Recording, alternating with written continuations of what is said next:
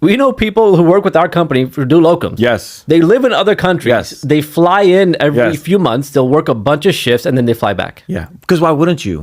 If you have the option to, why not? Yeah, why not? I actually tell a lot of these young single docs the same thing. I'm like, why are you not living in Europe? Because you can fly in. Yeah. Most of it will be covered. Yeah. And even if it's not, you just, because, sometimes you have to be within reason to some extent, part of it right? Can be covered, right? They can look at the equivalent of an American flight. Right, and then exactly. Kind of, deduct that from it. Yeah, exactly. And then you fly back to your your other country or wherever you're residing, and the cost of living is even less. So you're making even more money that way. It's actually to me, it makes, if you look at it on paper, it makes no sense. Yeah. It's like doctors must hate money. That's what it looks like. I think what ends up happening is they're allergic to it. They're allergic to money. They have anaphylactic reaction to money. I'll send you They will give it away. Yeah. I mean, look, I'll give you my bank account. Yeah, Send it to me in envelope. Okay? I can send you an email once in a while saying good job if that's what it takes. Yeah. If that's what it takes. No, you're right. We'll send them pizza once in a while. How about that? Yeah, there you go. On the holiday that they're working. They'll be happy. Yeah. I think people don't realize so as medical people, you're not business people. Yeah. Right? You mean as an employee? As just medical people in general. I think you could say the stereotype typically is that a medical person doesn't have business insight, right? So they walk out wanting to be the cog. They almost don't even realize they want to be the cog in the wheel. They don't know what they don't know, basically. Exactly that, right? So they're like, hey, let me walk into this because my dad walked in as a cog in the wheel, and I need to be a cog in the wheel also. That's true. They have to have no other they're not taught anything different. Right? Yeah. They only know one path. And then once in a while I hear, I'm comfortable enough. And then you talk to them really when you get into the nitty gritty and you realize they're still some of it's cope too, though. Yeah, you have to kind of sure. What if there's an alternative? You have to it makes sense. The situation, right? I mean, what are you going to do? Yeah.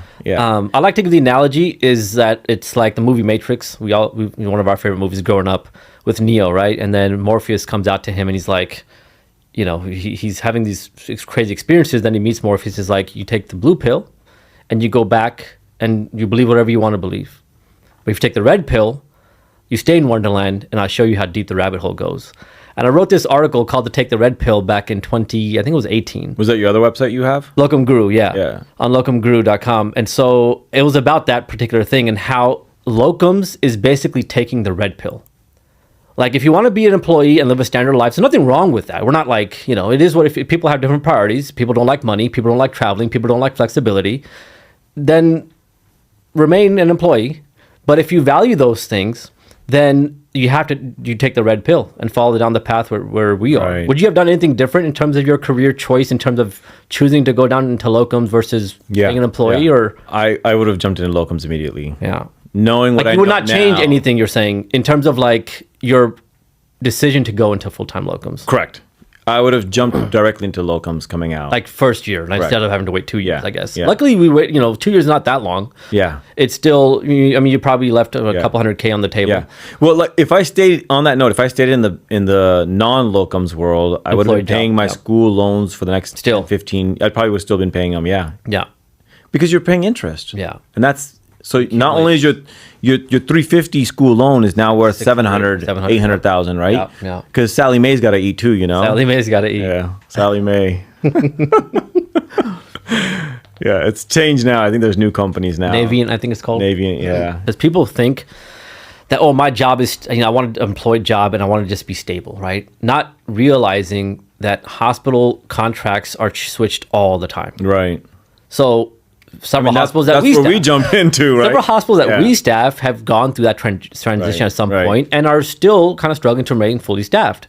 No fault of their own, but there's just the reality of the fact that there's less doctors available that can cover shifts, right?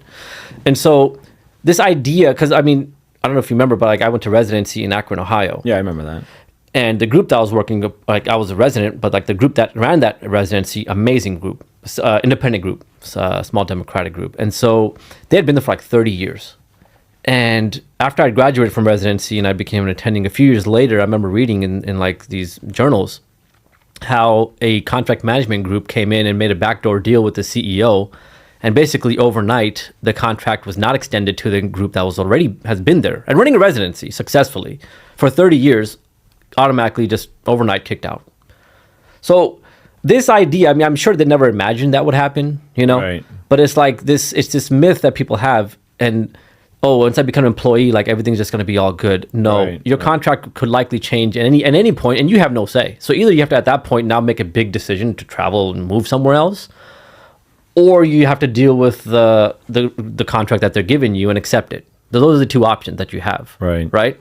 And so, I mean, I think COVID kind of unmasked that quite a bit too, right? When docs were being let go and corporate middlemen, admin folks, all kept their jobs. I don't think anybody got fired from the No. admin. I mean, I don't know. Admin stayed, and docs we saw walk out. Yeah. Because we didn't need you. But you had a full-time gig thinking that you were secure. Medicine is always a good job. You always have security. Which generally speaking is true. But the way that things are now, you can't rely on that.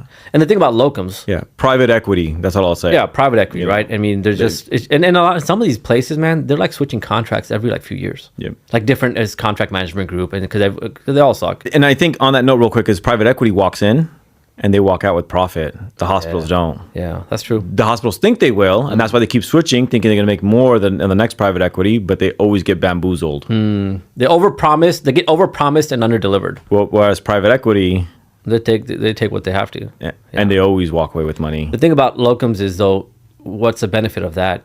You're basically diversifying risk, right? That's what I call it. It's like when you make an investment in stocks, for example, it's risky to put all of your money into a single stock, whatever it may be, because it can take a hit, something happened, the founder could die, whatever, and the whole stock could tank, and you're screwed. It's a pretty staple of investment, right? Diversify your portfolio. Diversify your portfolio. That's a good way to think about it, actually. So with locums, if you're always at least credentialed, this is how you play the game. You're always at least credentialed at 2 or 3 facilities, right? Different facilities, not within the same hospital network, right? Different systems within maybe certain regional distances. But so that way, if one does get, say, taken over by a contract group, a different contract group, you still have 2 other jobs that you can work at and not miss out on your salary and not have to all of a sudden like try to figure out what am I going to do with my life, and make a big decision very quickly. I mean, we've been in hospitals, and the idea that, I don't want to change hospitals every year or 6 months. Right. How long have you been working at some of the hospital places that you've worked at, or currently? How long have you been working? 6 years, I think now. 5 years for me, and before that, how long were you working at the other hospital up in Pennsylvania? I still work there. You still work there? How long has that been? Like 6 years as well? More than that. Yeah, I'd worked there for about 4 or 5 Probably years since I came out. Another one that we were working at, I was there for about 4 years as well. Yeah. So there is stability. Like not all of these hospitals, because the fact is, there's not enough doctors to go around. There's not enough emergency doctors. So when COVID happened, people quit. They're like, we're retiring early.